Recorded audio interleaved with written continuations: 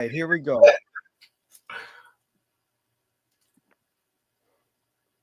Hello, Global Theater. My name is Jerry Fielka. Today's November 10, 2024. Want to thank Rob Grant and his outstanding podcast. I'm probably wrong about everything.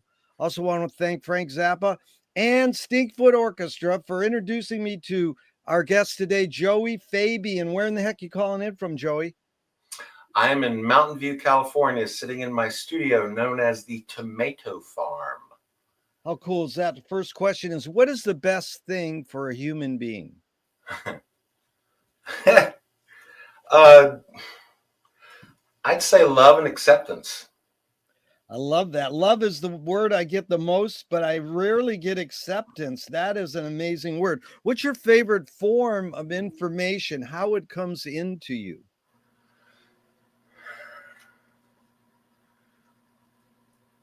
Well, I'm going to say it depends on the type of information, probably. A lot of times I know that, like if I'm learning music, if I write it down, it goes into my head better than if I just haven't written it down. If I just look at it a few times, if I actually write it myself, I almost don't need to look at the music that I've written after that, because it just sinks in hard. You mean the act of writing? Yeah, but I'd say tactile is another really important for different other things, like wow. Like just being there and experience something. Yeah, we call that direct experience. That's amazing. Yeah. But writing down, it's another amazing one, because my wife Susie's a pro jazz singer, and when she's going to do a cover song, I say, just look it up on YouTube. The lyrics are right there. She wants to listen and write it down because she's done that for so long. The act of writing it down is exactly what you were talking about. Yeah. Yeah. And that keeps me from adapting to the new way of writing music notation with the programs, because I just don't feel, two reasons. One, I don't feel like it might not sink in the same way. And the other thing is I actually feel like it's kind of artistic, and I enjoy writing the notes myself. And after I've written a page of music, I look at it and go, ah, yes, that's beautiful. Hello. Well, you know that big thing that Frank Zappa's composition teacher taught him in his one semester of college was taught him. He observed of Frank that all the students were using pencils to write their notes on their composition paper. Frank used Indian ink. Oh, so it's sort of is insinuating that he was more confident. Yeah. Yeah. I'm not going to claim to be that confident. But I am particular about the type of pencil I use. Oh, yeah, there you go. Definitely. Yeah. Why do you think humans collect or gather information? Innate curiosity. I mean, for me, it's just that, like, I just want to know things. Yeah. I don't know why. I just freaking do. Well, can I say fucking do? Oh, of course. You can say whatever you want. We're on live TV across the world. No restrictions. But I think you said the word innate curiosity, and that's the next question. Is this need or want to collect information more innate or more invented? I think it's innate. Yeah. Yeah. Yeah. Do thoughts create emotions? Sure. Yeah. If you can learn to control your thoughts, you can keep yourself from experiencing emotions like anger and jealousy, things you don't want to be feeling. If you learn to rationalize yourself out of that with your thoughts, understand that it's not useful to feel those things, then you can just fuck you. Move on. Move on. Fill in the blank, Joey. I don't know what I think until I don't know what to think until I experience it. Yeah. Yeah. McLuhan said, I don't know what I think until I say it. Joan Didion says, I don't know what I think until I write it.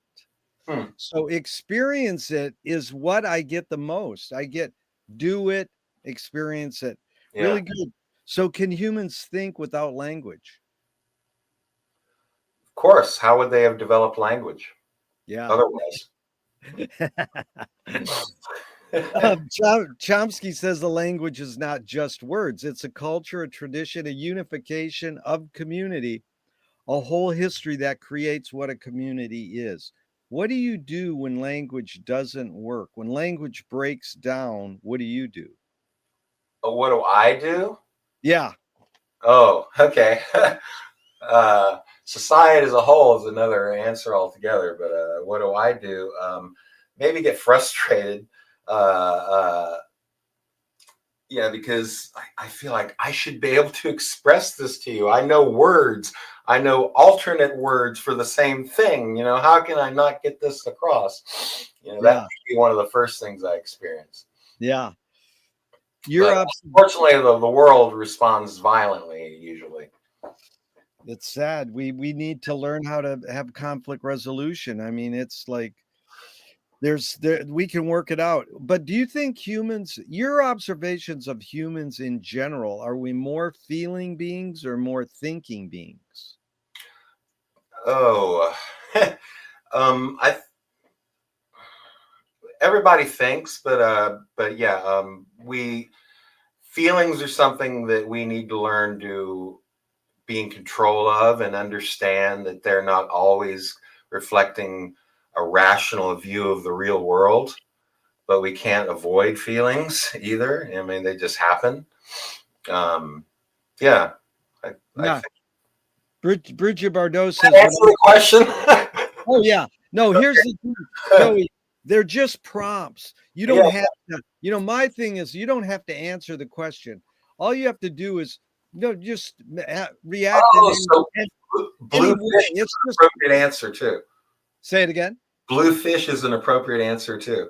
Oh, but exactly. I used to say that when I lectured to art students, I'd say, just say anything, say zucchini, say anything. And I would round robin, and this one kid goes, zucchini. Yeah. But, Yeah. just to make it clear, you put the questions into the context you want, and that means Yeah. I'm open for, I don't know. I can't answer that. Yeah. Well, I'm Let very me, comfortable with I don't know. yeah, let me tell you a story, an anecdote. I'm for tangents, whatever we can go wherever we want. All And right. these two, and rewording. I am also really open for people going, well, I don't like the verb in your question. I'd like to change it. So Mm, I'm for all that. These two questions are from Alan Turing in the 50s. mhm. Is thinking a function of the soul? Well, first of all, before I answer that question, you're going to have to convince me that there is such a thing as a soul. Yeah. So I haven't been, I don't, it doesn't make sense to me that there's a soul Yeah. uh, for reasons like from Phineas Gage and on. But uh, yeah, yeah, I don't think so. I don't answer. That's how I answer that question. I just don't think That's it. Question makes sense because I don't think there's a soul. yeah. The second Turing question is, can machines think? Hmm. Well, that's a great question. I think maybe it depends on how you define thinking. I don't know. Because yeah, that's a great question.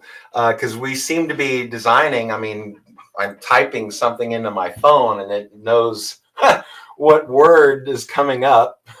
How did it do that? I think it's maybe I don't know, just modeling language models, and yes, this is how people talk, and of course, this is what he's going to say next.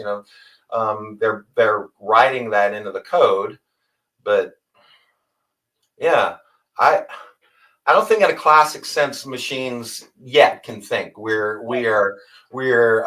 like more bottom up, like building these thinking thinking machines from large language models and such, but I don't think they can really like be creative. I think that's that's an aspect of thinking that I think is important is to be able to just out of thin air, come up with a new idea.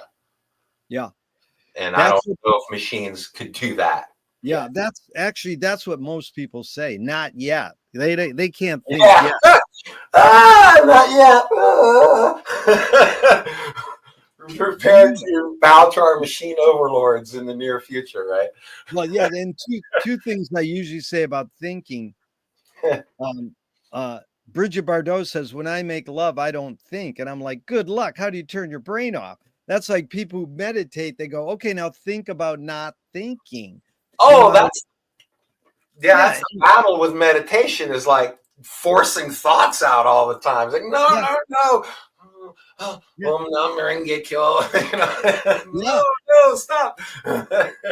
And that's a bumper sticker on a car in my street says, "Don't believe everything you think." And I say, well, you could say, "Don't believe everything you feel." That's very true. Yeah. And so that is, that goes back to a question that you had earlier about, being able to overcome feelings with your thoughts. Yeah. And to be rational about your feelings. And oh boy, I found the woman, man, in my life that is, she's a smart woman. We all need that. It really all goes back to the Marx Brothers too. They were in a jam and one of them says, "We got to think." And the other one said, "We already tried that." Joey, do you more pursue happiness or more pursue meaning? I think they're connected, aren't they? Yeah. Yeah. If you pursue things that make you happy, it gives you, well, that's not totally true. I mean, who is it that said the thing about the heroin addict being, all blissed out? Sure, he's happy, but so you can't just totally go with happiness. Yeah. But they are connected, I do believe. They're majorly connected, but it's interesting because I got the question from Viktor Frankl's book, Man's Search for Meaning, and he says happiness doesn't tend to last, meaning does. Yes. Yeah. That's true. And I think if you're going through your life 100% happy, there's something wrong with you. So if you think something's wrong when you're not totally then maybe a little examination of your life is warranted. Wanted. That's good. And does warranted? I said warranted. Oh, warranted. Thank you for clarifying. And does the brain more detect consciousness or create it? Like, is consciousness there bubbling away and we're more so detecting it or more so creating it? That falls under the category of the hard question, right? I mean, that's literally what they say about consciousness when they're trying to describe what it is, the hard question of consciousness. It's like, I don't fucking know. I mean, you're aware of, when you're born, I assume you're of course, you can see it in a newborn. They're aware of things, they're conscious of things. Yeah.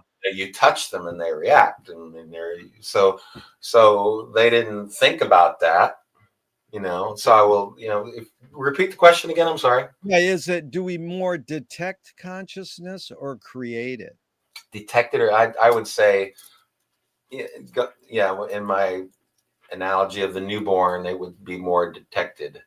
Yeah. I guess. What's faster, speed of light or speed of thought? Nothing goes faster than light, man. All right. The poet Audre Lorde said, "You can't dismantle the master's house using the master's tools."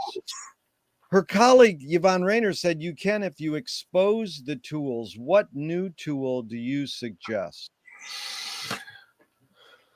Sunlight. Oh Honest. God, I've never had that answer. Sunlight? Honesty. Oh, that's another good I one. mean, that's what I'm saying with sunlight. Let everybody see. Yeah. No, you said SUNLIGHT. Yeah, sunlight. Yeah, exactly. And what I mean by that is like everybody sees. It's honest now. We're not hiding anything. Everyone sees. Yeah. Yeah. What new toy do you suggest? New toy do I suggest? Wow. Flying cars finally. Come on. All right. I'm amazed at these Whammo cars driving all over Venice. I mean, why is a car driving down the street with no one in it? Do you see that in your neighborhood? I mean, I saw one in San Francisco last week. Yeah. I mean, I see them a lot. Yeah, and I haven't seen a lot. I haven't seen it a lot. It is sort of creepy, believe me. Yeah, especially being a bicycle rider. I was like, what if I get hit by one of these? Who do I call? We sure we worked all the bugs in this thing? I don't want to be the one who. Oh, okay. We need to work on something else. Sorry, Jerry. But flying cars is another great thing because, every filmmaker in the world now has drone shots in their films, and drones are like a weird invention. I mean, it has service and disservice. I mean, Laurie Anderson uses them in her concert, but most people think drones are horrible because they're killing people. They're a war tool. Yeah. But again, they can be used for positive and negative things. And so basically, what do you worry about when you go to bed at night? Well, as of this week, a whole new slew of things. Yes. I try not to worry about. I mean, that falls under one of those useless emotions. Yes. Category of the useless emotion to me. Yeah. So I try not to worry about things, but when a mountain of negative reality is just dumped on you, it's hard to not consider it. I guess you could say, to put it lightly. Yes. Yeah, it's to me. This is it's beyond. It's gone way beyond like Democrat versus Republican or liberal versus conservative. It's not that. It's not that at all. That's what's really horrifying about it, and all the. I haven't said much about it publicly, like online, whatever, whoever the 3 or 4 people that will follow me on my page. But I think I did say the thing to me that is the most sad about this is all of the people in this country who have learned how many of their fellow Americans just don't give a fuck about them. Really? It is spooky. That's what it feels like. It just they just half the country just said, I don't care about you. Yeah. I care about my gas prices being 50%, 50 cents lower. And I'm sorry I had to do that accent and to imply stupidity, and I shouldn't do that because I'm from the South. Yeah. I was raised in Atlanta, Georgia, a suburb of Atlanta, Georgia, and moved out of there into the city of Atlanta, Georgia, as soon as I could. And then came out to California in my late 20s. But well, we have to find lots of brilliant people in the South. Let me just say that. No, you said we got to find a commonality with everyone to move the project forward in a positive way. I mean, that's the bottom line. Yeah. You got to find some sort of commonality. But, McLuhan learned from Ezra Pound, the poet, that artists are the antenna of the race. they're broadcasting and detecting the hidden psychic effects of our inventions, so we might be able to cope with what we don't like about our inventions. So, Joey, I asked you the question Marshall probed his whole career. Why do we ignore the hidden psychic effects of our inventions, even though the artists are broadcasting them to us? Because they feel like they don't advantage them. Yeah. They've been taught that they won't. They've been taught that helping others will hurt them. Is what seems like a big argument coming from the that would be. It's fun. I've been listening. I'm a big fan of Michelle Angelello, and her latest album is a tribute to James Baldwin. Amazing work. Have you heard that? I've heard it, and she just got nominated for a Grammy for it, and I'm like, hello. Oh, really? That is important when she gets the recognition like She's that. amazing. She's just amazing, and I listened the first time I listened to it. It shocked me how hard hitting it was, and how it just pulled absolutely no punches. Yeah. But something you said just sounded like something directly from that record. Yeah. Why you put her in my head because of something you said. That's great, because if those people like Pound and McLuhan evoke Baldwin, that's important. And if you haven't seen it, I always tell everyone, I Am Not Your Negro, the James Baldwin film from a few years ago, is one of the greatest documentaries ever made, because it's all out of the Baldwin estate. Mm-hmm. It's basically Baldwin narrating his own documentary. Yeah. From the grave almost. They just opened up his archive and said, use whatever you want, because they knew Raoul Peck would do a great job as a filmmaker, and he did. Mm-hmm. So that goes right along with it. Do artists have moral obligation? I never answered the question, did I? No. But let's see. Yeah, now I remember what the question was. Yeah. Well, no, you said. I mean, basically, what I heard you say is, why do we ignore the hidden psychic effects? Right. Oh, yeah. That was the question I did. Yeah. Then you but said it did spur some other thoughts. Yeah.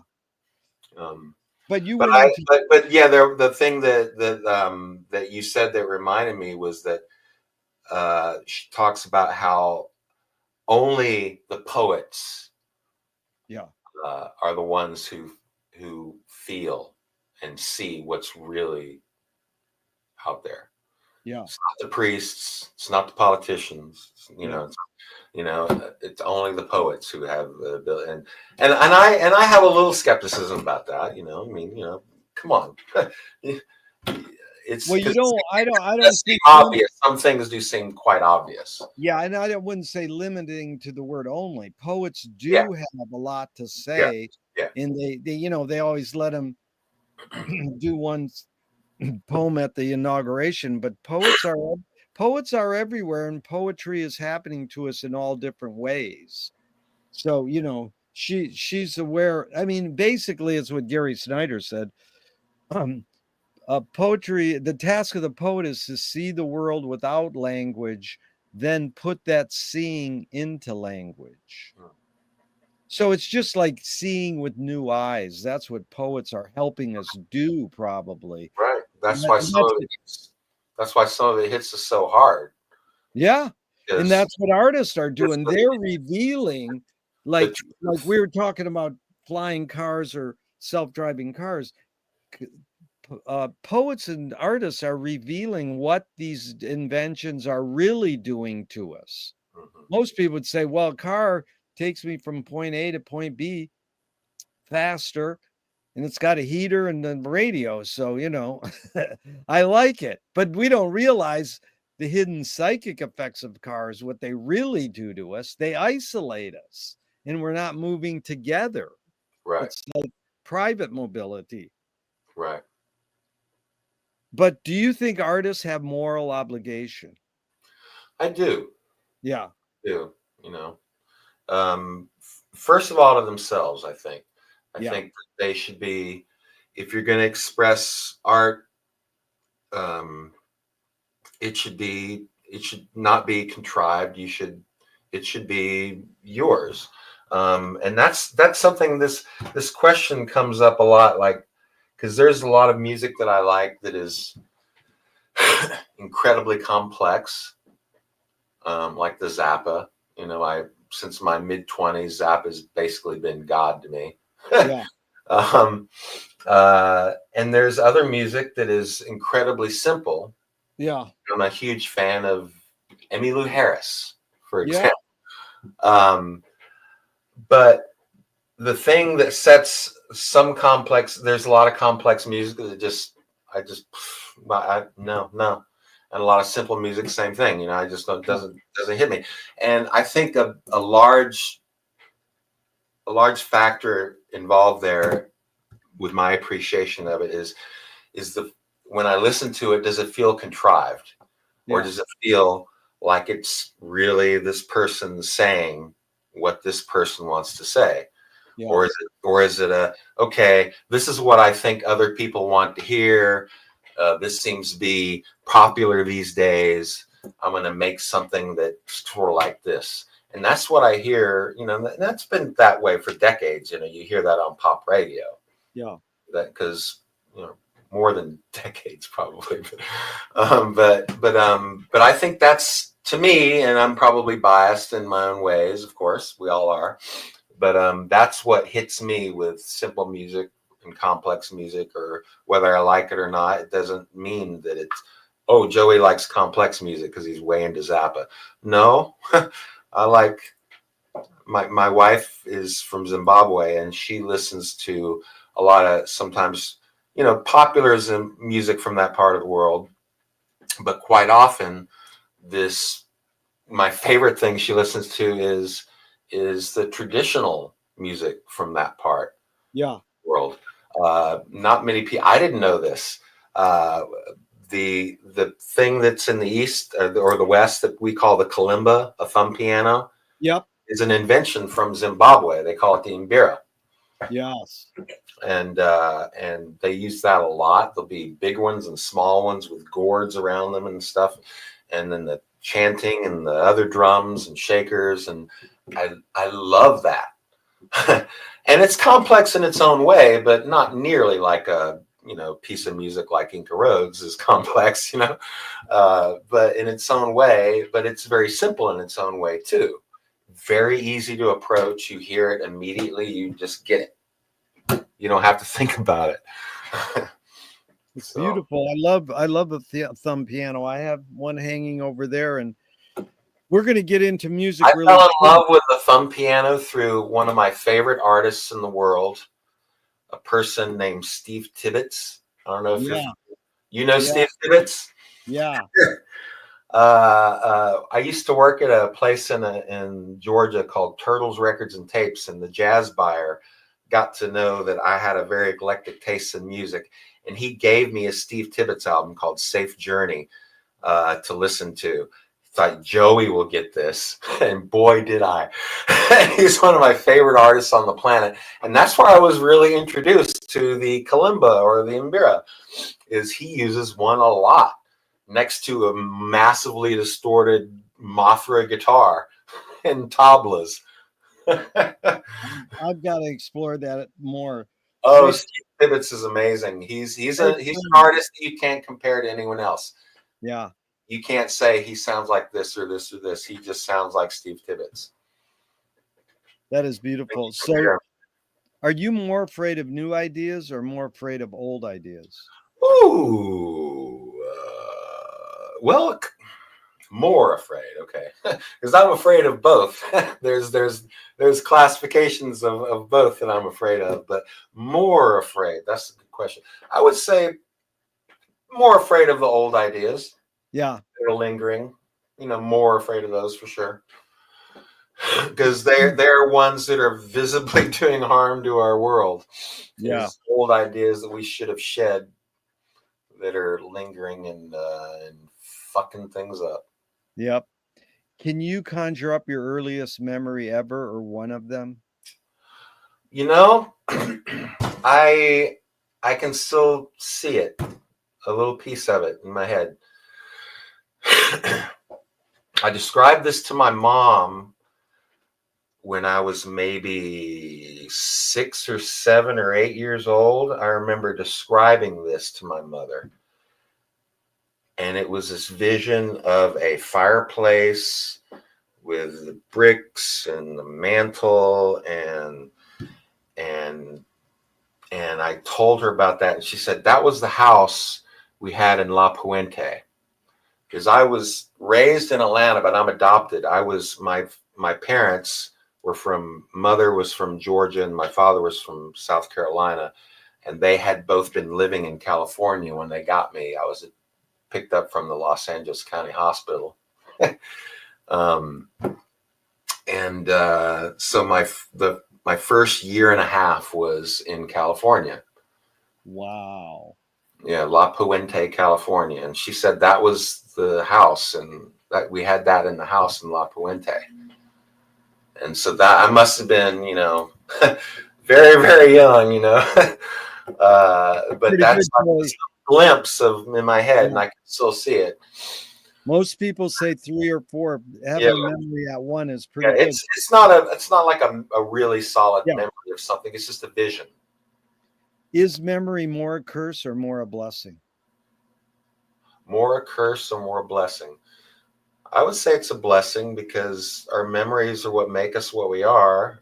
Well, they not totally. I mean, we to have the memory of the things that we've done helps build our character. The things that have happened to us, the results of what the choices we've made. I have a saying that I know I didn't come up with it. We are the sum total of our choices, right? Yeah. Right. Yep. I didn't come up with that. I don't know who came up with that, but I really like it. I agree with it. And so your memories are what allows you to remember what happened when you made that choice. Yep. Tell me someone within your immediate family who had an impact on you, kind of like a role model, and what specifically was that impact? I want to say my mom and just kindness. She Wow. seemed to be a genuinely kind person.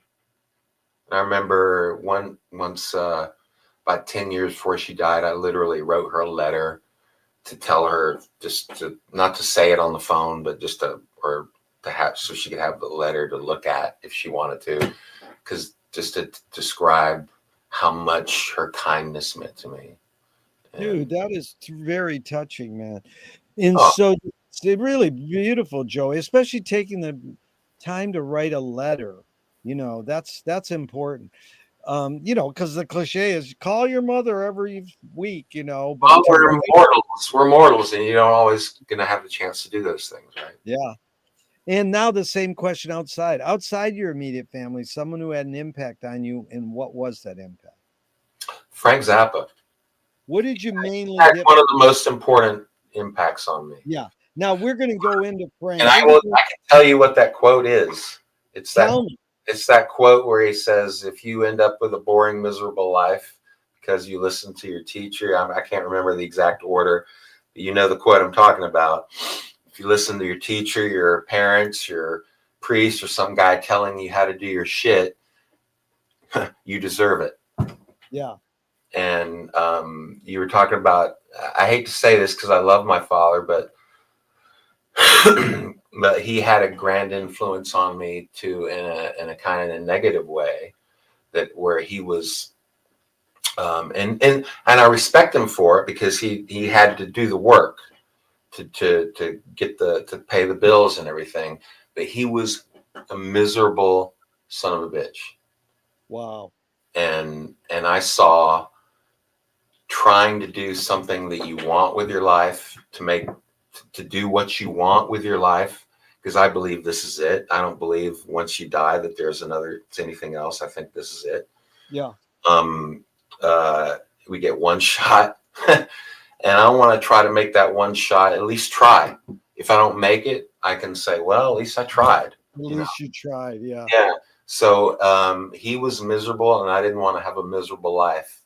So, and that quote by Frank really hit home for me. And even Yeah. when I wasn't a good musician and I still think I can grow a lot as a musician, but I'm a hell of a lot better musician than I was when I decided to be a professional musician. I probably wasn't good enough to really be a professional musician, but I decided that's what I really wanted to do. So, Wow, we're going to get in that really soon. A couple more. Did they raise you a particular religion? Christian. Yeah, I remember going to a handful of different kind of churches, but I think Methodist was ultimately settled on, which is kind of middle of the road Protestant, you know.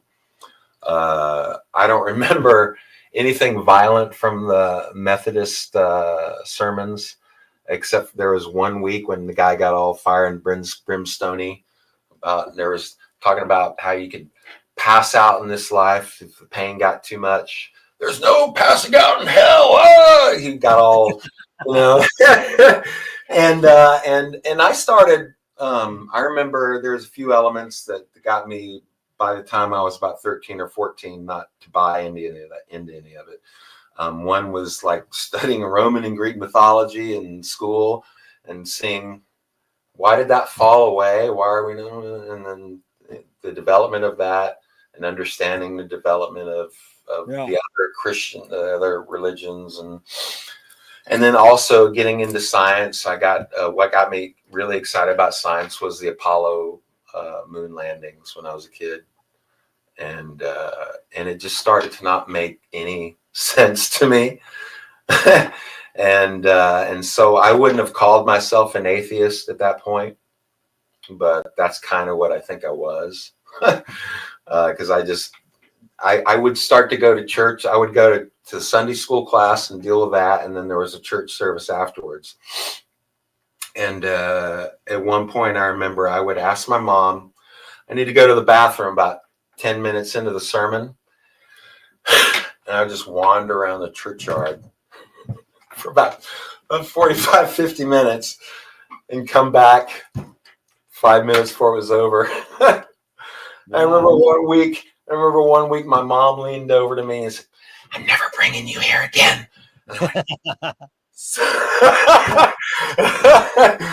And there was a really emotional day when, you know, it was decided I wasn't ever going to go again. And I can still remember that day. Wow. My dad was a truck driver, and he wasn't around very much. It was usually just my sister, who was a year and a half younger and also adopted. And my mom and I, and me. And I can remember the day that my sister was crying. He's like a sheep that's wandered away from the herd. He'll be back, and you know, that kind of thing. They were all very sad. Joey, do you pray? No, I don't see a need for it. What am I praying to? Yeah.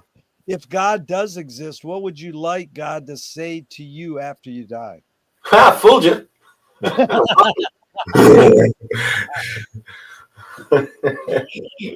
No, I don't. I'm an atheist, but I'm an agnostic atheist. Yeah. Because I don't say I know there's no God. I just don't see a reason at all to believe in one. Yeah.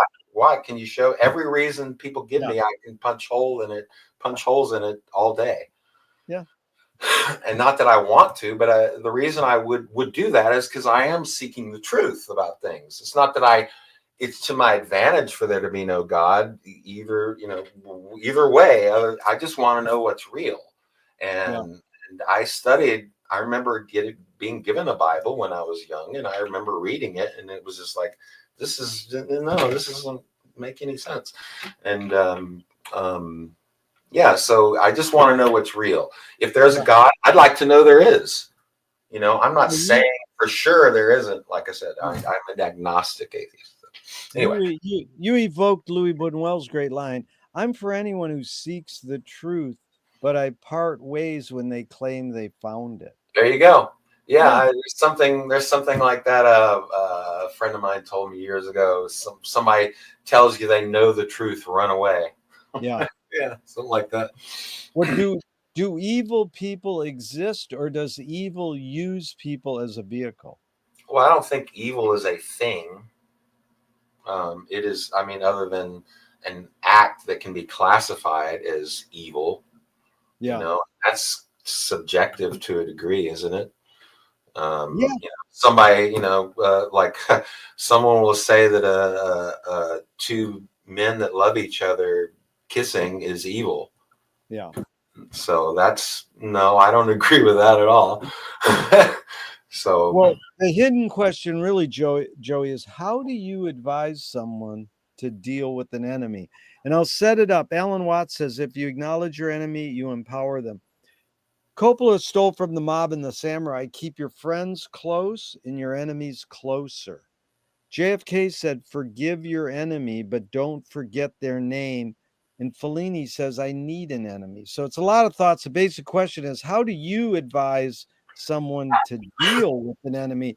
But first, how would you respond to Alan Watts? If you acknowledge your enemy, you empower them. if you acknowledge your enemy, that's like people talking about feeding the trolls, right? Yeah. Well, if your enemy is having an effect on your life, you do have to acknowledge them, and Yeah. yeah, if they're having an effect on your life, whether you like it or not. Yeah. Yeah, so you do have to acknowledge them at that point. But I think first way to deal with that is to understand them. Why do they? Wow. The understanding is first step. Because if you and then the next thing is to try to talk and ask questions if you can. If you can use the Socratic method to get them to understand their position, because they may have been just fed a result-based position instead of why do you think like this. um, uh, so getting people to understand why they think the way they do and asking the questions themselves, because there's this thing about the blowback effect, right? I think it's Yeah. called. Yeah. Yeah. The backfire effect, maybe. The backfire effect, I think, is what it's called. When you just tell somebody they're stupid and they're wrong, they don't stop to consider, maybe I am stupid and wrong. No, they Yeah. dig their heels in deeper and fight you. Deeper. Yeah. Yeah. So trying to understand why they think they do the way they do, and then asking questions to them, pointed questions, is probably one of the most effective ways to get to somebody. That is really good. That's conflict resolution. But Nassim Taleb said games were created to give non-heroes the illusion of winning. In real life, we don't know who wins or loses, but we can tell who a hero is. Yeah, yeah. Gregory, The victor writes the history, right? that's it. Gregory Bateson said, when the criminal gets caught, does he go, whoa, my criminal skills weren't up to snuff that day? Or does he go, oh, I did something morally and socially wrong? Yeah, So yeah. again, it's a lot of prompts. You can go wherever you want, but the basic question is, does punishment work?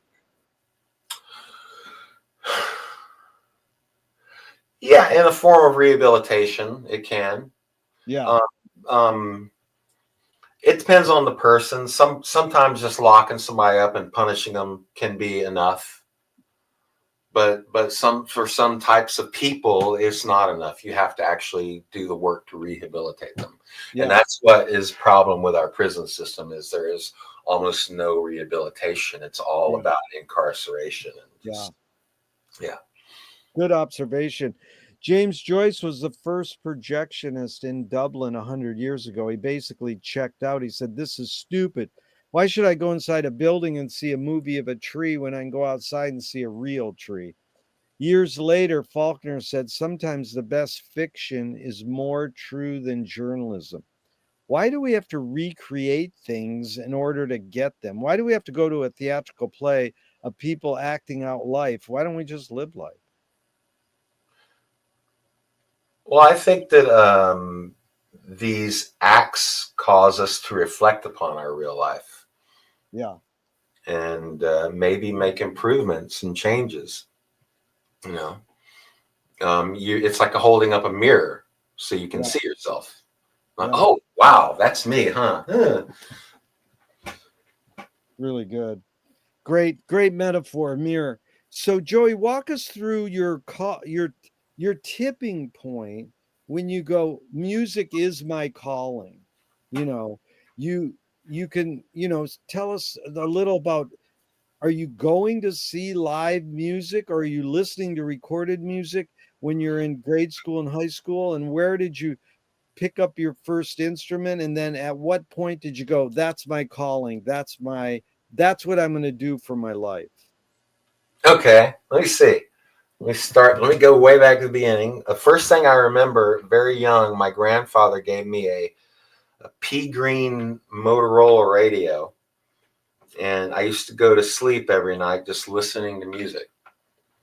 And that habit continued well into my 30s for sure. And now it's again, I'm doing that, but I tend to go for not Yes and Rush anymore, when I was 14.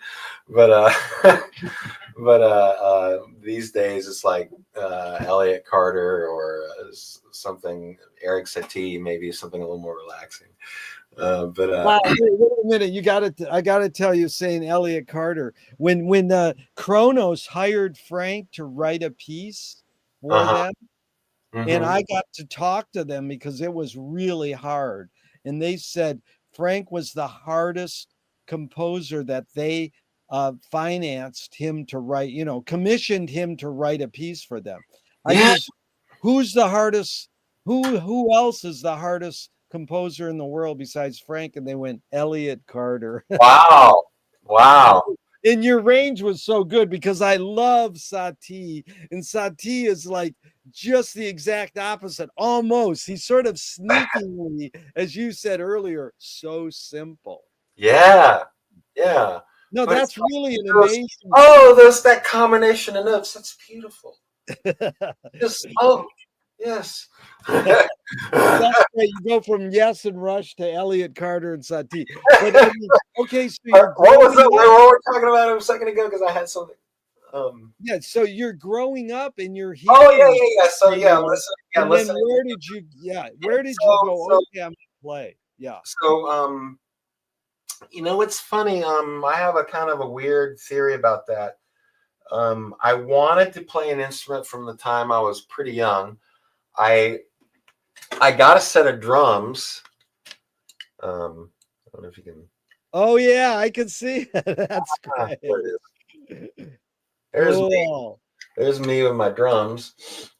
But they didn't last long. My mom said I beat them to death. So, and they didn't get me another set. And I didn't get any other musical instruments until I was 16, which is kind of late. I mean, all the musicians I play with are talking about like, 7, 8 years old, maybe, and I'm like, 16.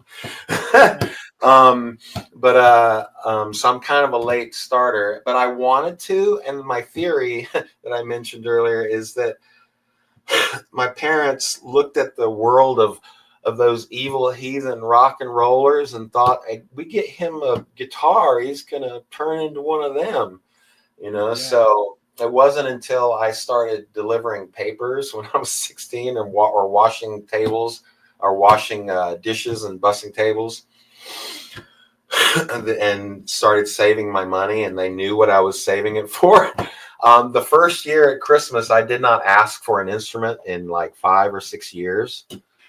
They got me one because they knew that. And my theory is that they're not that I was going to get it myself and shove it in their face, like, I got one anyway. Fuck you, So they just went ahead and submitted because they knew I was going to do it anyway. So I got my first Fender Music Master bass, a short scale bass, and first day back to school, some guys pulled up to me in the back parking lot and said, "Hey, heard you got a bass." And I was in their garage like in a few days, them telling me, "Hey, put your finger here, put it here, put it here." So most of my education is early on was kind of informal in a big way. Yeah. A lot of just by ear and memorizing patterns, and then I kind of discovered I probably want to learn about music, and I attempted to teach myself to read music 3 times. Third time was a charm. I took lessons at that point when I was really digging in, and I bought myself. So I had a roommate, that at one point I'd done a rock band, and I was a good player. I could figure things out. I played, fairly complex things. Like I had been in a band that actually played some Rush and things like that. Just pretty complex bass lines and those things. But I had this roommate later on, a guy named R.J. Veely, who ended up playing with the Atlanta Rhythm Section later. Had an untimely death in his early 30s, unfortunately. But he had a big influence on me because he was done the music college thing. And one day we were roommates, and one day we were sitting around, and he just said, Joey, because I was practicing and I was just kind of stumped. I want to get better. How? How do I get better? And he just said, go get yourself a fake book and a metronome. Yeah. Wow. And I walked down to Clark Music and I did those things. I got me a little wind up Whittier metronome and a bass clef fake book. And I started digging in, and that's when I finally taught myself how to read music. First song was Satin Doll. Da, da, da, oh yeah.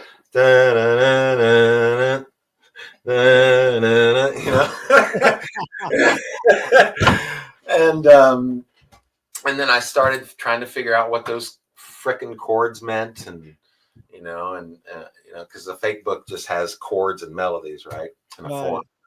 And what is a sharp 11? All this stuff, and I'm a very hey, we talked about it earlier, curiosity. I'm a very curious person. If I want to know something, I don't waste time.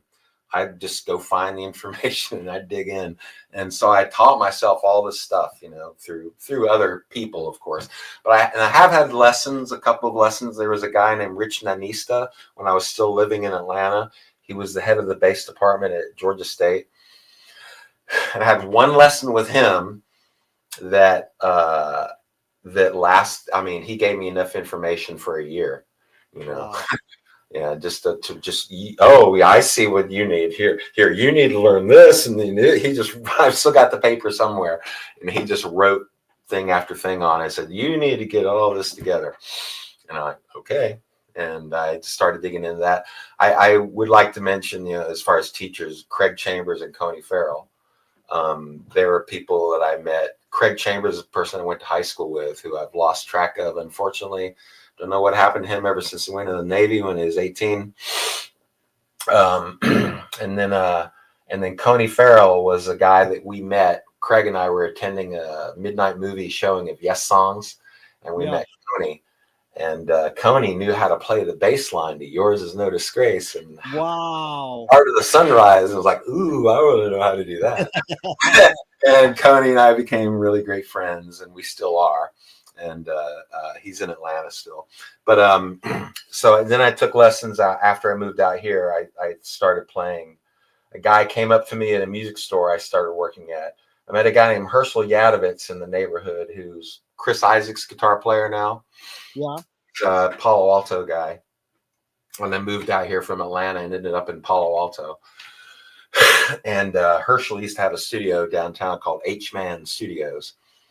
And I met him and took a lesson with him, actually, that was very helpful, about chord substitutions, tritone substitutions, things like that. And then I took lessons with Kayak Art. You know him?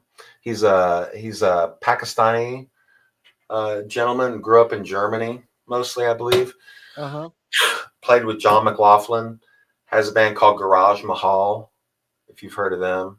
But he's an amazing player, and I learned a lot from him.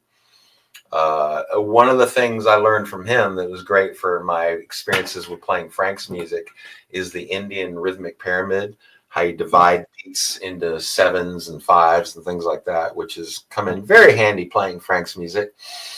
And then I also took lessons with a guy named Dean Peer, who's kind of a solo bass artist. His latest album is him and a drummer, but he plays with weird tunings and amazing with harmony. He's got a Warner Brothers book on harmonics for bass. He's amazing player. But I would say most of my learning was just like playing in bands. I would just take every kind of gig I could. Country. I've played in reggae bands. I've played in country bands. I've played in Sokos band, West African music. Samba reggae, jazz and funk and heavy metal. And I was in a fusion band for many years, 13 years. I was in something called the Bartram Tyler Group and did 3 records with them. And it's all instrumental, wacky time, fusion music. But at the time I decided I wanted to be a professional musician, I'm going to say it was probably in my early 20s when I just decided I'm going to do this. And I made it to where all the work I had allowed me to continue pursuing music. Yeah. I started waiting tables. And that's kind of when I decided. I discovered waiting tables, I can still play music. I can do this job if I need a week off, like the last year and a half, 2 years I was in Atlanta. I was in a reggae band that was very popular, and we would get gigs where we played 6 nights in a row. We'd get the whole week at this place. It's like I would just not wait tables that week. I would make a couple phone calls. There's always somebody whose car broke down, needs a couple extra bucks. Somebody wants to pick up a couple extra shifts. I would get all my shifts taken care of. Managers don't care who's on the floor, as long as somebody's on the floor, So I just started waiting on tables, and I was able to be a musician as much as I could make myself be a musician. And until the last job I had as a waiter, I was only working 2 nights a week. And I started teaching. I was able to do that, and that augmented my musician life quite well for a number of years, really well, before the 2008-9 debacle and YouTube. Teaching used to pay me really, really well. I would have 50 students a week sometimes. Wow. Yeah. When did you start doing an engineering in your own studio? Early 2000s, when I had a Digi 001. As soon as the digital stuff, because getting into recording in the old days, you had to buy a 2-inch tape machine or something, and record and all that. And it was like you couldn't just have a computer and buy a little interface and like get going. And so as soon as the price point came way down with digital, that's when I started doing it, because that was the dream from the beginning of me playing music. Was that was the dream. Was another one of my favorite musicians is Todd Rundgren, and he's one of these people I see as like just being the master of his musical universe. He don't need nobody. He's got everything right there. I can just walk into here. That's what I wanted. Be able to just walk into a room and be able to say, let's see, what do I want here? Oh, I want a Kokoriku. I want this sound. It's just that's good, Joey, because now what you're leading to perfectly at BSP is, when you're writing a Joey composition, a song that's written by you, that's not a commission for a certain band. You just want to write something for Joey. A screenwriting teacher told me great art is when you can clearly see the intention of the maker.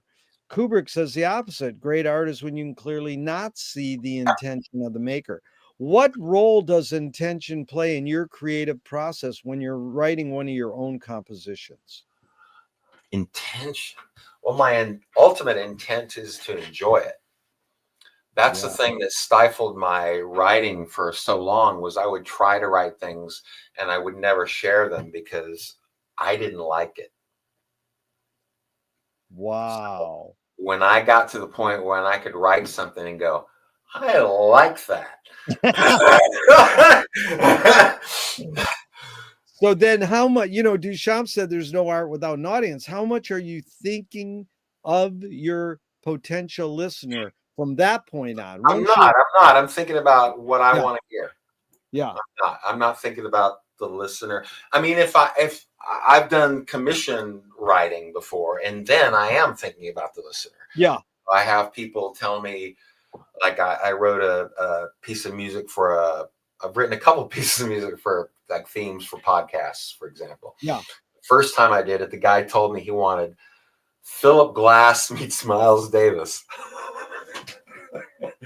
And so I just had this concept. I just, my mind just like tried to make something happen out of that. Yeah. I thought of the characteristics of those composers, things that were characteristic of those composers, and I just let it happen. And and again, I still made it something that I like. Yeah.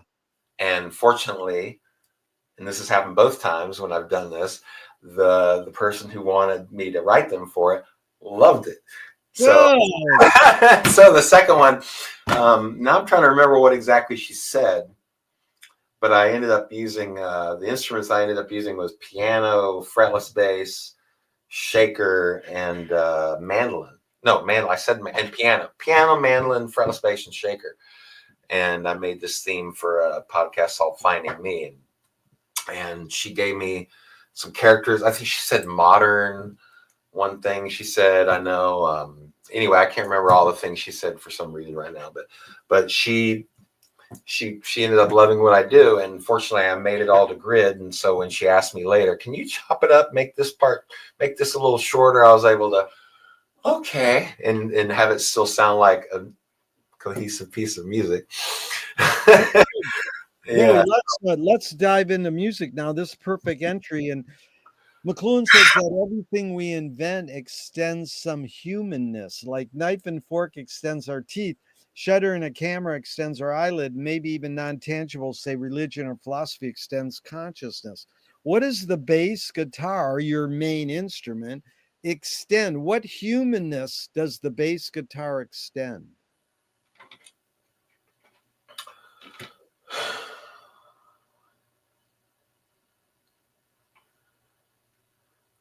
It's just my personal expression of what music should feel like.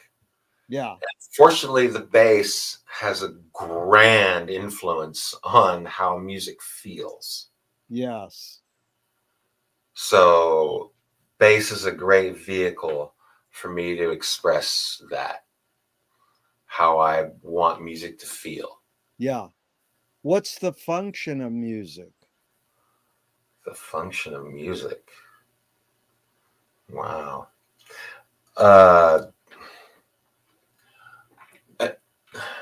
From the composer to the listener, I would give you different answers, I guess.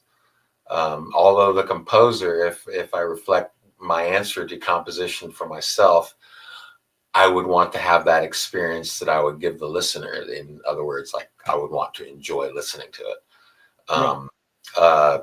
The function of question one more time. I get. No, that's all right. What is the function of music? The function of music. Yeah. Okay. Well, to express your feelings. I mean, I know that from a young age, I had what I would call musical feelings. Yeah. I don't know how else to call them. I would, hum things. I remember being very young and hearing music and humming a bass line along with it, like a walking bass line to a Beatles song or something. Yes. So it's part of my personal expression as a human being. But for listener, it's just not just, but a grand part of that I would guess would be just enjoyment. Yeah. But I know that music is one of the first things as a human being that we are able to take possession of, in a way, to say, this is my music, this is what I like. Yeah. So in that sense, even for a listener, it could be a function of an expression of their personality too. Yeah. That's good. Copeland says there's 4 elements or ingredients to music: melody, harmony, rhythm, and tone color. Mm-hmm. How do you how do you navigate or focus, integrate those four? Are you, do you emphasize one over the other, or is there a total, meshing all four equally? What are you more of? A melody, harmony, rhythm, or tone color person, or just the process of integrating them? Well, to me, the first things that I think are important are the melody and harmony, Yeah, and well, and I mean, just the. I think tone color can be played with so much. Like you've heard the Zappa grass. Like I take yeah, yeah. Um, but I leave the melody and harmony intact. That yeah, part is important to me. More in those things more than the tone. I'm playing with the tone, but I'm not going to mess with the melody and the harmony. right. And Uh, Zappa, just so listeners know, Zappa grass is your versions of Zappa songs, kind of bluegrassy. Yeah, I play the mandolin, I play the dobro, I play the upright bass, acoustic guitar, and the banjo. yeah. Yeah. No, that's really good. And my friend says the three T's of music are technique, theory, and taste. So you learn technique, how to play the bass, the theory, the structure. How does one acquire taste? Okay. I wanted to say more on the previous, but Oh, I don't. okay. No, you can go back to the yeah, Uh, the but melody.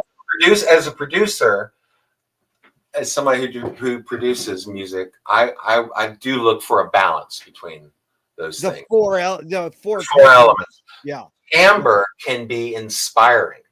yeah, I've written things just from my sound. I've yeah, heard just a sound can be inspiring, yeah, so people will talk about how do you compose, do you do this or this or this, and I would say that all of those things have been inspiring to me. yeah, I could create something. I have created things from all four of those yeah. things, the impetus of the creation.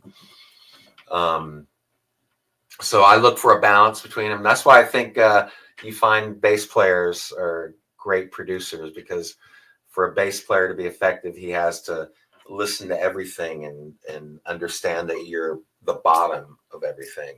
You're everything's sitting on top of you, and you're not just floating around on the top. You're part of the foundation. And Like, yeah, like we've talked about probably Bill Laswell, for instance. oh, I love Bill Laswell. Yeah, being a bass player. But here's funny, Talking about a bunch of my favorite artists. There's only one that there's another one that I have to. Well, there's a few more. There's another Bill that I really in love with, Bill Frisell. oh yeah, Oh God, I love Bill Frisell. yeah, He's very simple in his approach. yeah. Yeah, which I totally appreciate. It's all about the melody and not destroying the melody and what the original composer had in mind. He's good at that. And my one of my friends I've had on my podcast, Sam Amadon, he played NPR Tiny Desk, and Mm-hmm. he had Bill Frisell backing him. Lucky It man. wasn't. Yeah, I mean, like I says, how'd you get Bill Frisell to back you? I mean, that's how good Sam is. Check him out, Sam Amadon. He's really good. But anyways, I kind of rushed through the Copeland. I didn't No, mean no, to because no, no. Go ahead with that. Go ahead. There was a technique. no, but I did want to. There's one when you said showed the picture of you on drums. What age were you? Oh, that looks like I was probably about 5 or 6. Yeah. So you're on drums at 5, and that's funny because um, when I skipped over the Copeland so fast, I left out rhythm, and that's the instrument Frank started with. His first Right, composition was 1953 called Mice, and it's a drum piece. And right. Frank was always had drum sensibility, so Yeah. you have that drum sensibility in you. I mean, when you're composing and knowing melody and harmony are important, you can write a whole song out of tone color. What do you say about rhythm, though? I mean, I sort of zapped over that too fast. So, I mean, Oh yeah, yeah. I love interesting rhythm. I mean, yeah, Frank Zappa music. Come on, the rhythms to play with rhythm is really really fun. I love yeah, that, and I've come up with this rhythmic patterns on the drums because have a drum set in there. Um, for my whole band life, whenever the drummer would run to the bathroom in rehearsal, guess what Joey did? He put his bass down and jumped behind the drum kit.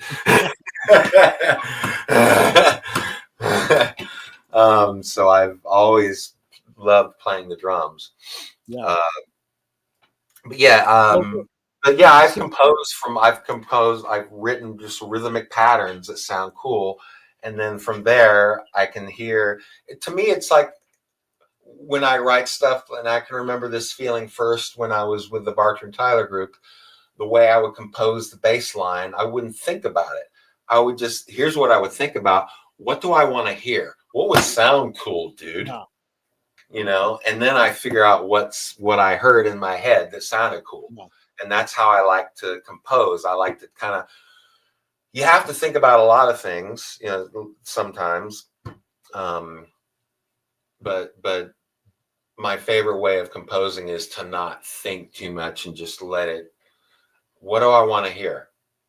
What would sound cool? What would sound good, and just try to imagine that. Yeah, that not thinking thing is what Don Preston brought up when I interviewed him. And then Bruce Fowler, a day or two ago, when I interviewed him, brought up that. Oh, wow. And it's like, come on, how do you not think when you're playing music? Well, you want to get into the zone and all that, but you still have this Rolodex of elements in your head. I mean, that's again when my friend says the 3 T's. Technique, you've learned the techniques on the bass. Theory, you've learned the structure. Then how does one acquire taste? Yes. That's what I'm curious, Yeah. Get it beat into you. Dude, I've never had, Joey, you're unique. I've never had that beat into you. You know what I get? I can remember doing some god awful things and having people tell me that was god awful. Don't ever fucking do that again. But beat into you is funny. But I think taste is what you like. When I listen to music, there's some things that I like. There's certain people that I will play with that if I try to play a chord extension, they won't like it because it's not their taste to hear those things. I like those dissonances. I like hearing those things. But it's how do you acquire it? And most people say beat into you is great. Most people say by experience. You sit there and hear it, but that's what you know what you, because the funny thing is the word taste means gut, your gut feeling, but that's still, how do you acquire taste? You went the Zappa route instead of the Barry Manilow route.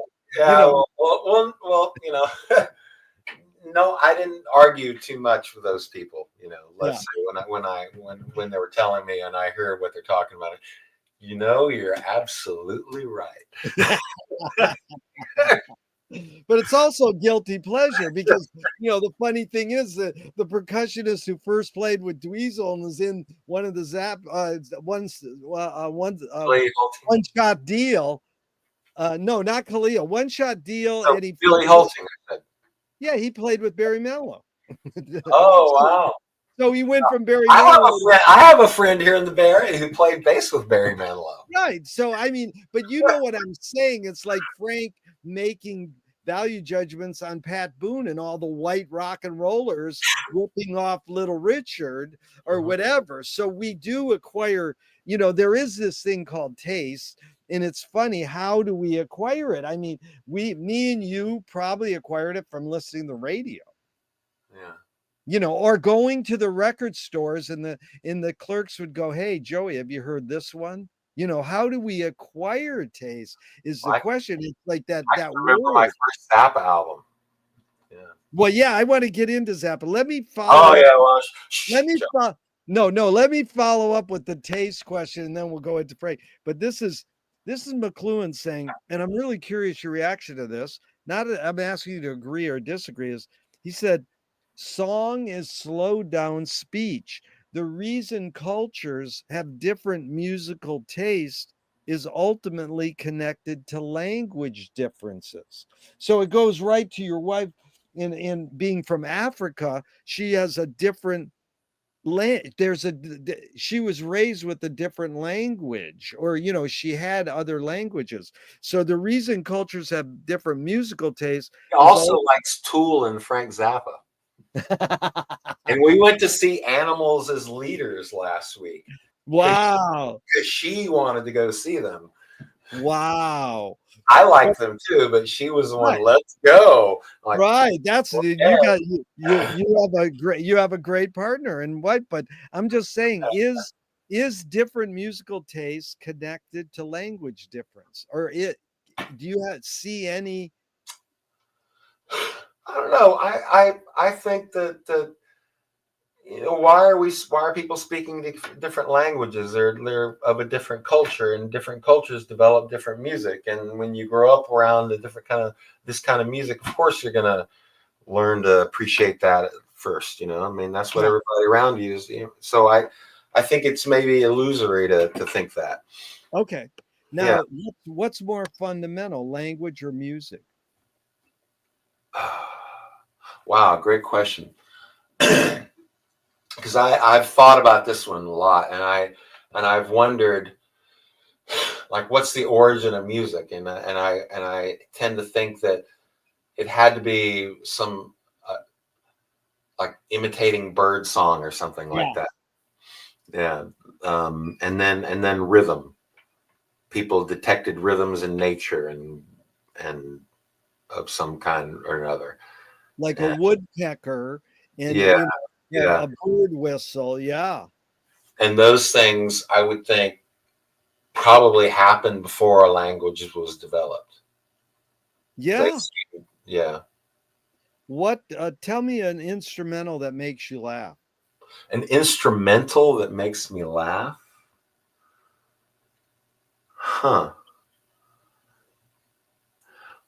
Well, there's this thing that happens with a lot of musicians. I noticed this phenomenon years and years ago, that when something is so fucking badass, you can't believe it, your reaction is to laugh. Wow.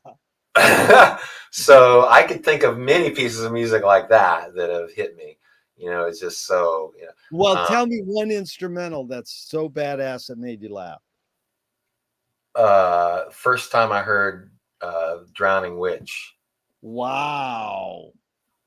That was like, because that album was like well, we won't get into it, but I'll just put a pin in that album for a second. No, but did you hear Tyler Bartman's 1-minute version he just put out last week of Drowning Witch? No.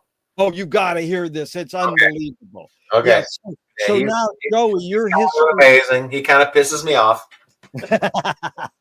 Now your history with Frank, where you're here, are you hearing Yes and Rush and then you hear Frank, or what's your history with Frank? What's your first? Well, I became aware of him before I knew about Rush and Yes. I can remember because I grew up, becoming aware of things in the early 70s. So yeah, his face was kind of iconic at that point. And everybody, whether you appreciated what he did or not, everybody knew who he was. Right.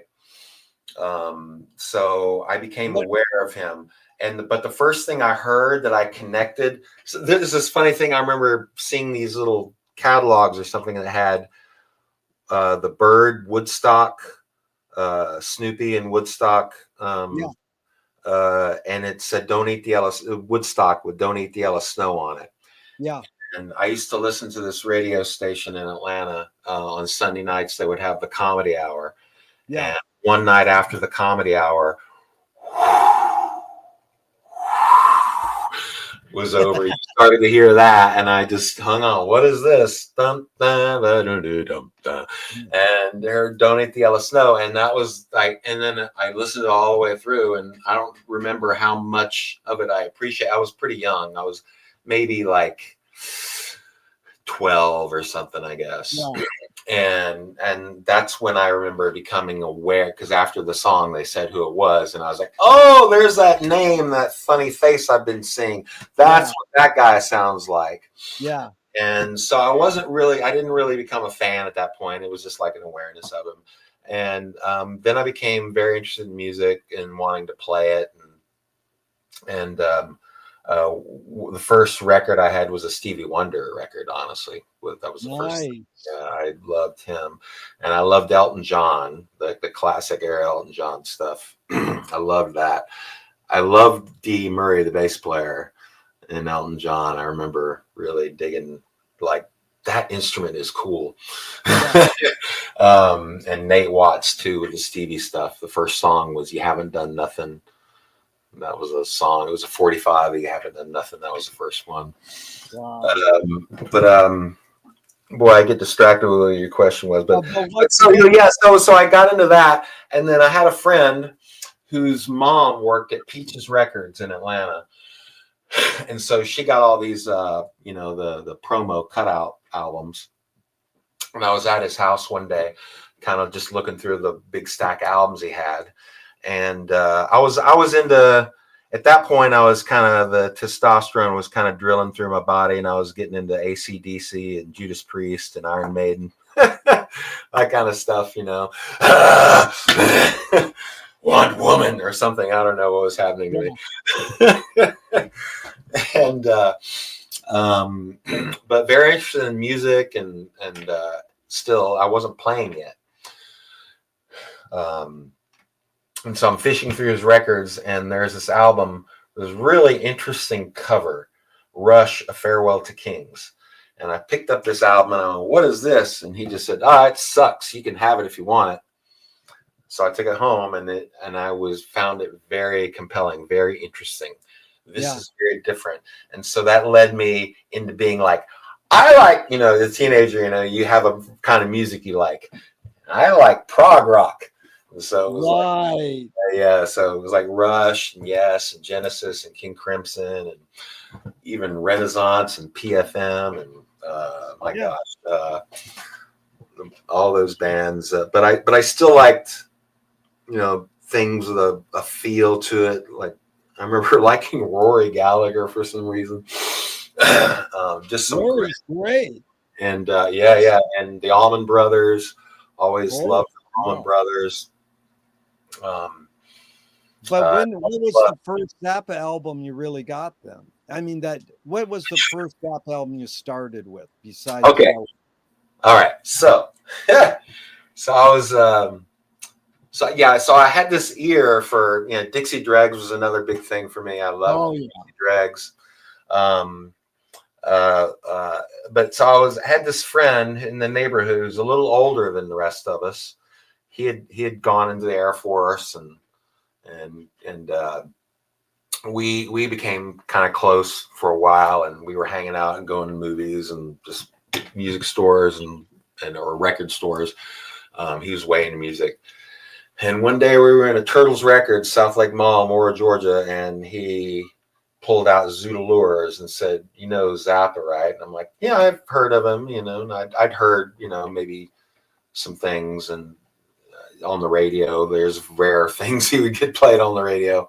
Couldn't remember what, but I knew of him. Like I said, everybody knew who he was, but I didn't know much about him at all. And he just kind of, I don't remember how he said it, but I just remember this feeling like, okay, I have to buy this record. Okay.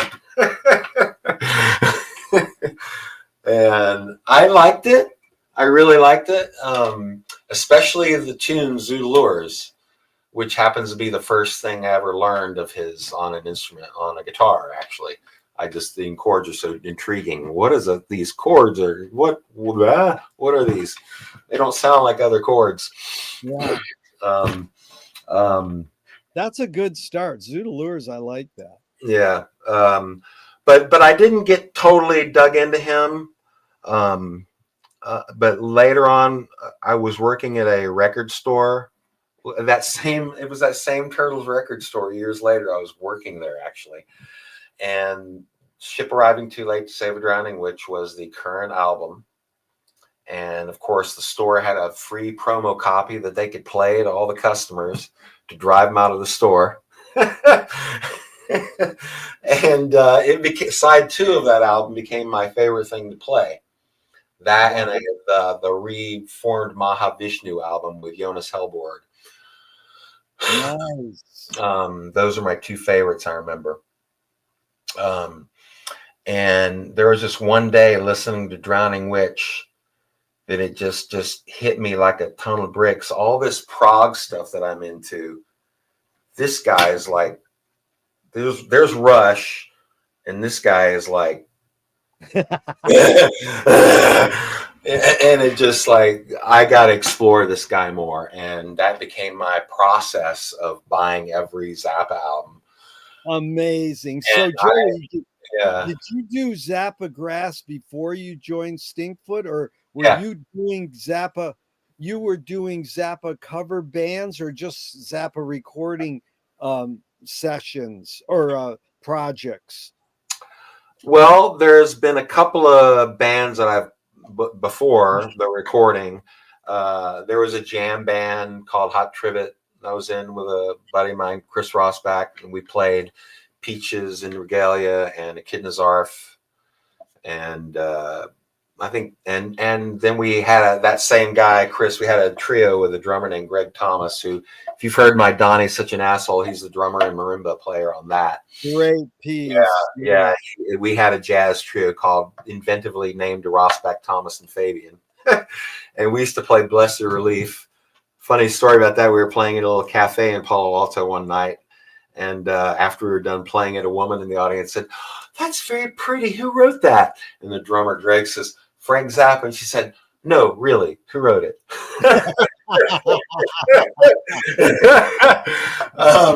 So I had a little experience playing it, and it was that was like in the 90s, those bands. So it wasn't until after I got my recording equipment.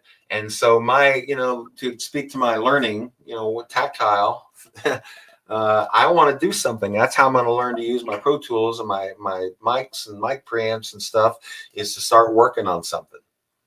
And so there's a woman that I was playing gigs with, decided, I made a demo of one of her songs. She was so impressed with it that she said, "Let's make a record." So I started immediately making a record with this woman. And then I just started looking for other things to do to satisfy my need to make something. And I bought a dobro one day at the music store, one of the music stores I teach at in Palo Alto. And I was, oddly enough, sitting on my sofa playing with it. I started learning to play the melody of Sofa on the dobro, and that inspired me. Wow, this would be pretty like this, with this kind of. And I had an upright bass already. I had a banjo that a guy gave me years ago. I had acoustic guitar, of course, and I had a mandolin, because the story about why I knew how to play a mandolin is because I have a left-handed guitar player friend who I ended up at his place playing his left-handed bass a lot. And when you turn a bass upside down, it's the tuning of a mandolin, G-D-A-E. Wow. So the first time I picked up a mandolin, I'm like, why are these patterns so oddly familiar? Oh. And so I already had a mandolin. I had a whole bluegrass ensemble sitting downstairs in my little studio. And so I started putting together Sofa. That was the first one. And that was in the early. So Zappa Grass came out what year? The complete. My first idea was to make demos. I wanted to do a band. You wanted to do a whole band. Yeah. I wanted to do a band, and I was gonna put together these demos of which I ultimately made demos of 19 Zappa songs. Are you kidding? Wow. No, you haven't heard them all, because they're not all fleshed yet, which is the next part of the story. The first part was that I wanted to do a band, and so it was just like, okay, here's the banjo, here's the mandolin, here's the dobro, here's the acoustic guitar, here's the upright bass, here's few part harmony, because I want to get a few people who can sing, but I could never find musicians. I would be in Griffin, which is kind of the center of the bluegrass community around here. The store I teach, where I've been a teacher since '94 in Palo Alto. And I would hear a mandolin player or a banjo player, and pretty good. And I go talk to them. As soon as the name Frank Zappa dropped out of my mouth, they'd look at me like I was from Mars. And that'd be that. And so I could never form the band. And so they just kind of went away. They kind of faded into my life, and the other started doing other things. And then I got in Stinkfoot. And one day, after I'd been in the band a little while, I shared a handful of my favorite ones with Nick, just the band leader of Stinkfoot. Just, hey, look at this stupid shit I tried to do years ago.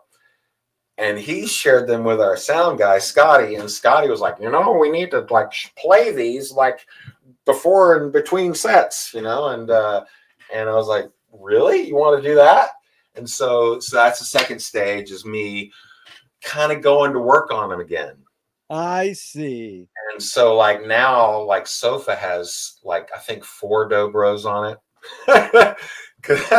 So, just making them like a record now, not just demos for a band.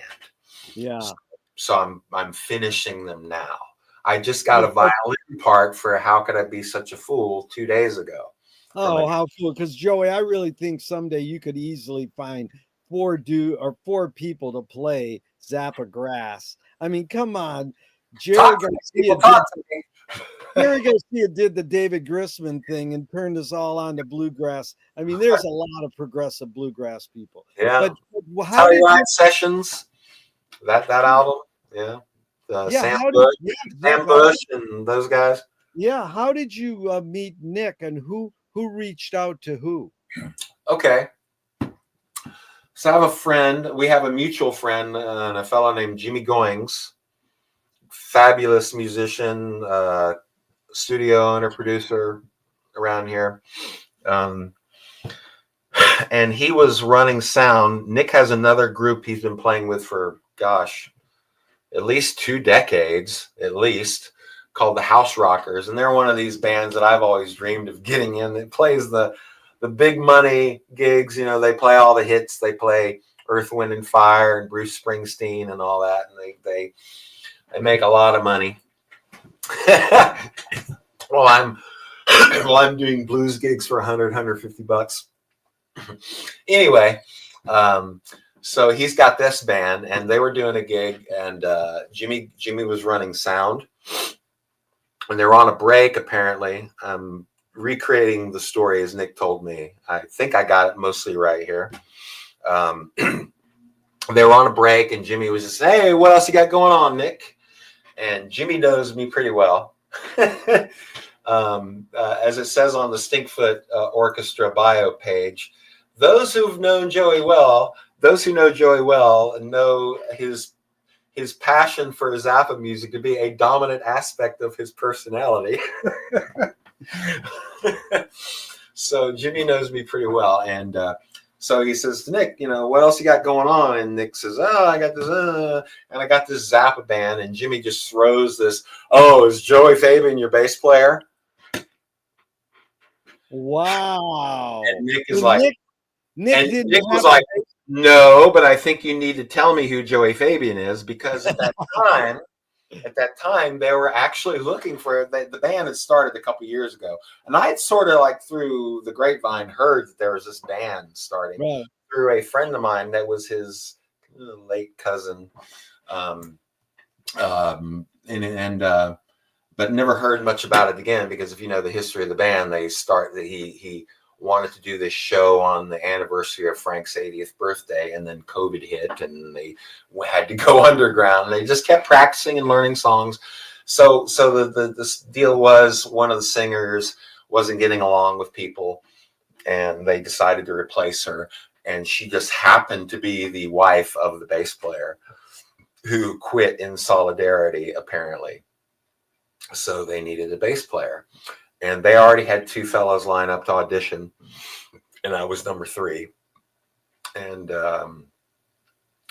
Nick and I had talked several times before I ever auditioned. And to be honest, Nick was like, he even said to me once, like, I'm ready to give you the gig, because he understood that I was like him. Zappa is, he's that to me. and he understood that I shared that with him. I think, I can't speak for him, but that's my feelings anyway. Because he almost offered me the gig before I even played the notes, and I was like, no, you got to see that I can play the notes. That's pretty good. So you've been in Stinkfoot for how many years? Going on 3 now, or 3 just years. over.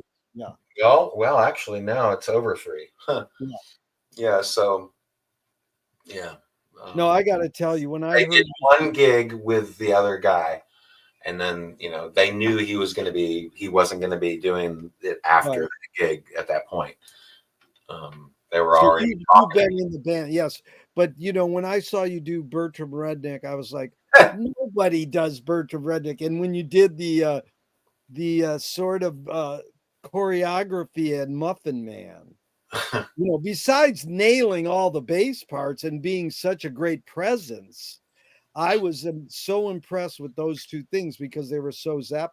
And when you watch the podcast I did with Bruce Fowler a couple days ago, he just I'm gonna have to watch that. He praises Stinkfoot, Oh. Beautifully about attitude and how you guys do it. So, that's wonderful to hear. He said something when we played last time that blew us away. He said, "We need to rehearse." He said, "We." So yeah, that's like, I mean, as a musician, you get people coming up to you all the time and they give you praise, and half the time you can throw it away because these people say the same thing to somebody who fucking sucks. And not that I'm gonna judge who's great and who's fucking sucks, but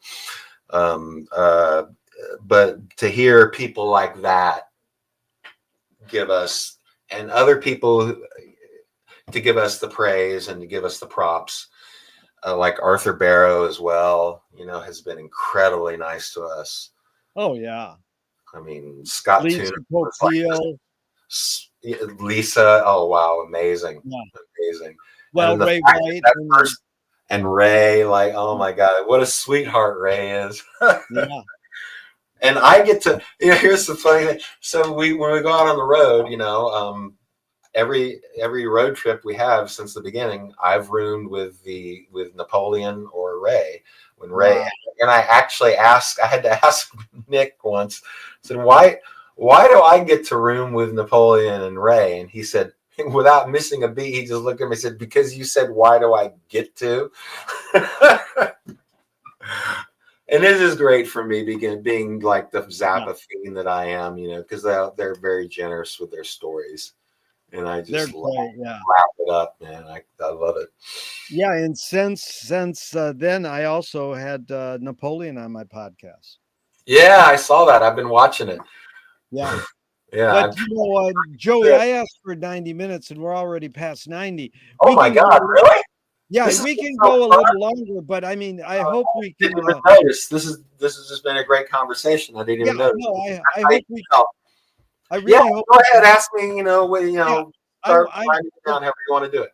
First of all, I really hope we can plan a part 2 because we really didn't get into Frank, but there is and into music a lot deeper. I have a lot more questions, but do you want to go another 5, 10, 20 minutes? What would you prefer? Well, let's say if you want to do another one, let's choose a thing you want to talk about and then wrap it up and then dive in. Okay, that's what I was thinking too.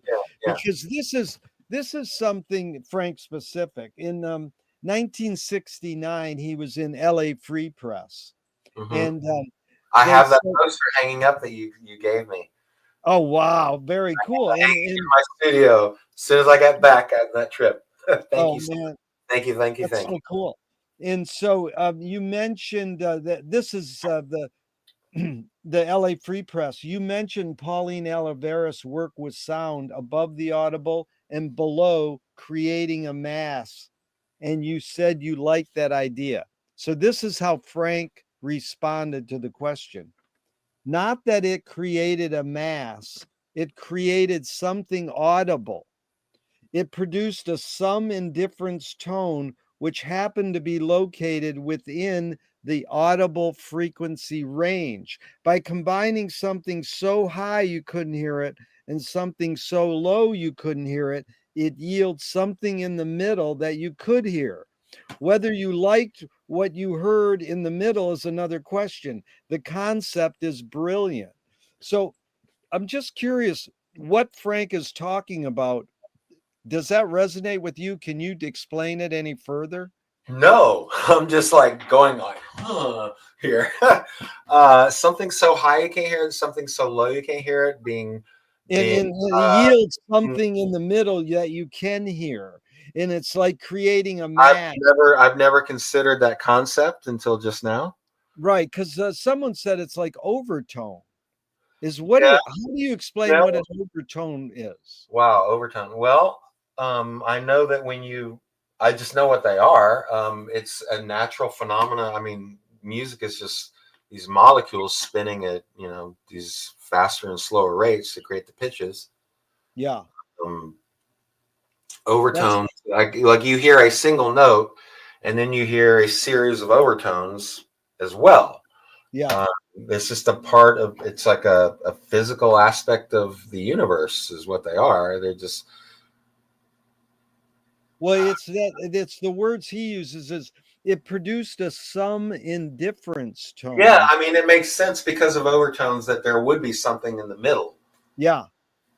Which Well, happens that's to a be really interesting located. thing to think Yeah. about. That's a really Yeah. interesting thing to think about. Yeah. It says and he says, which happens to be located within the audible frequency range. Because I usually ask people of all sorts into the Zappa world or into music. And one person said, no, Frank's wrong. Another, Pauline Oliveros, I got to talk to her about this once.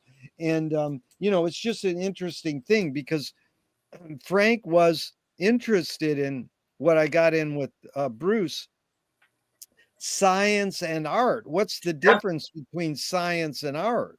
You know, Well, to me, science is a verb. It's a way of doing your business, right? There's a scientific method. yeah, Science isn't a oligarchy or a golden shining tower. yeah. It, it's a method, is what it is. It's a method or a verb. I like that because Bucky Fuller says, I seem to be a verb. So you're implying if then you would say art is a noun or is art a verb also?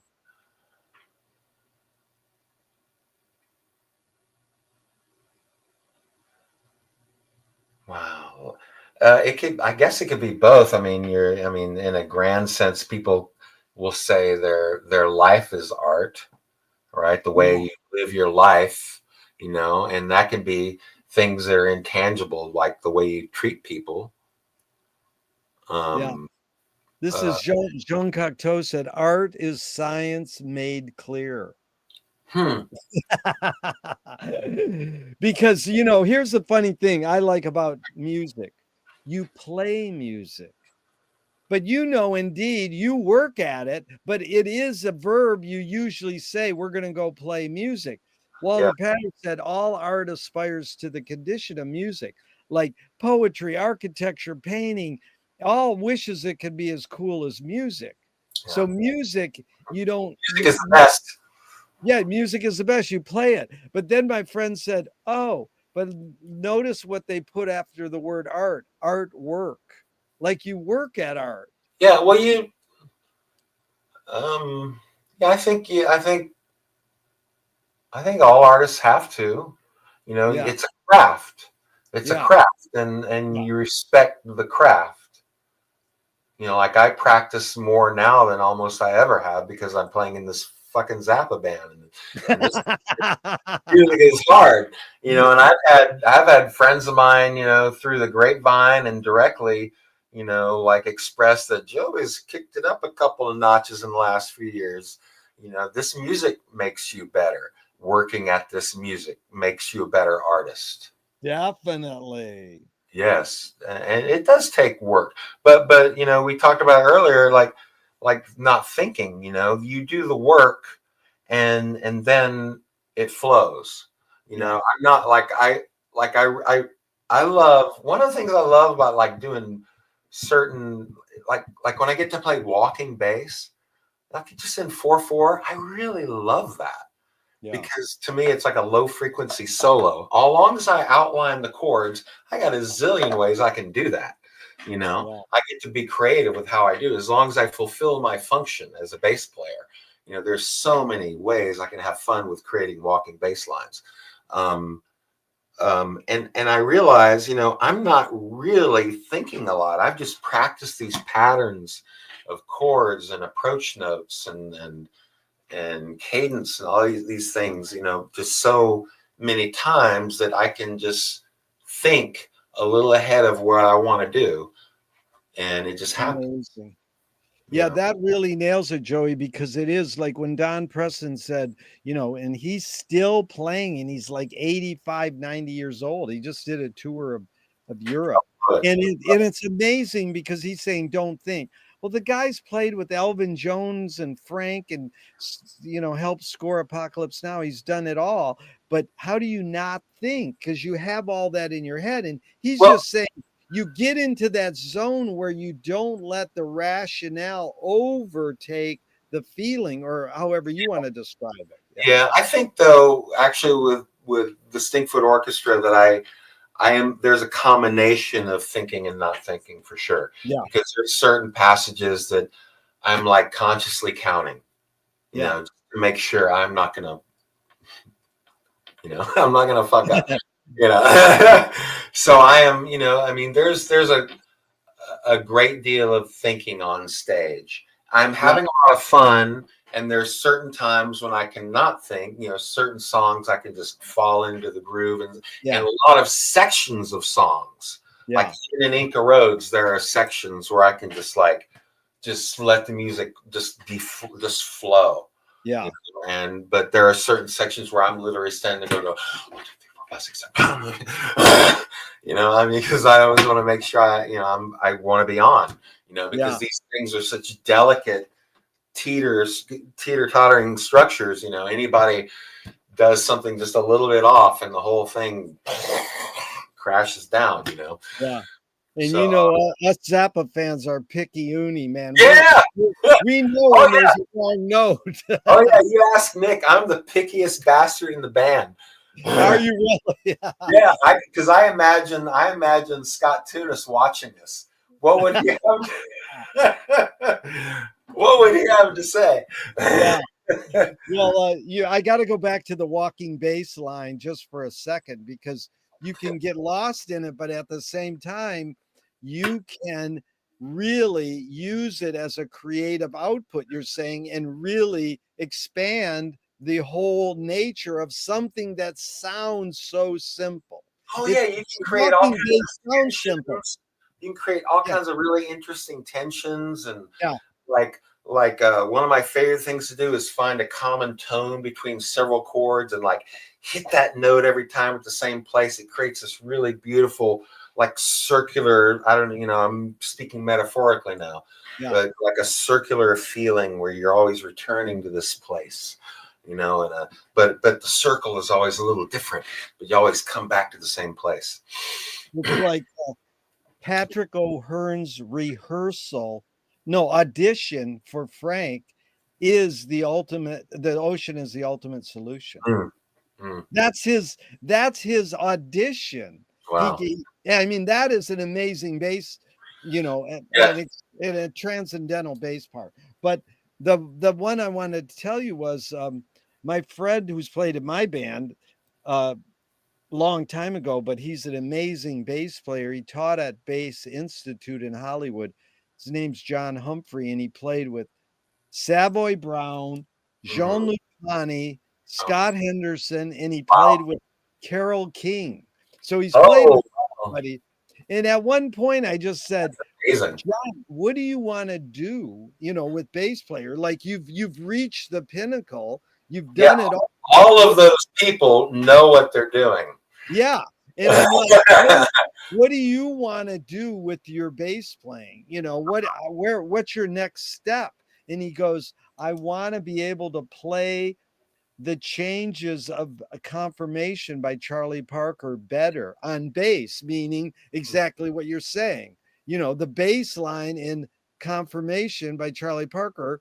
I want to play that like better, or no, know how to vary on it the way, Bird did or whatever. But I thought that was a great aspiration, because he could have said something like, some other thing that was like, Floyd is a bumblebee. or do I want to do soundtrack albums, I want to move into movie composition.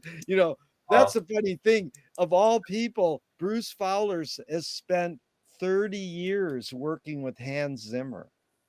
Wow. He's the orchestrator. I know he just did a concert here at the Oakland Coliseum. I know. And I mean, Bruce is an amazing guy, and that's funny, because he is kind of like what your instrument is. He's a bass, right? Trombone's considered a bass. And, I have a Berkeley trombone method book that I use for arpeggios and stuff. Oh, really? Yeah. Yeah. That was before they made a bass book. Jeff Berlin years ago, I remember in an interview with him, he talked about that's a book I studied with. So I said, okay, Jeff Berlin, all right, I got to do that. Who, by the way, what I also remember from that interview was he talked confidently about how nothing kicked his ass until he got asked to play with Frank.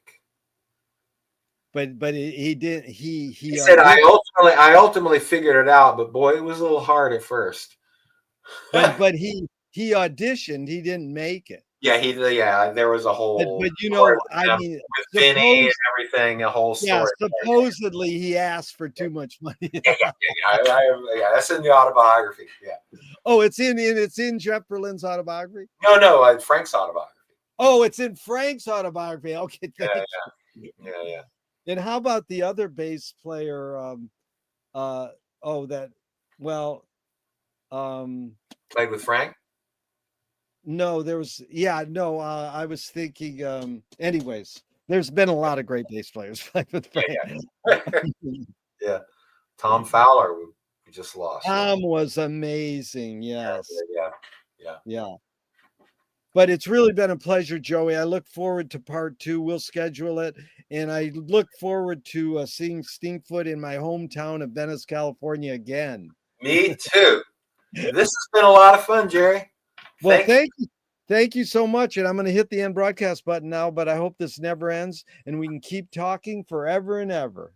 Love, love, love. That's it, brother. Thank you so much, Joey. You're welcome.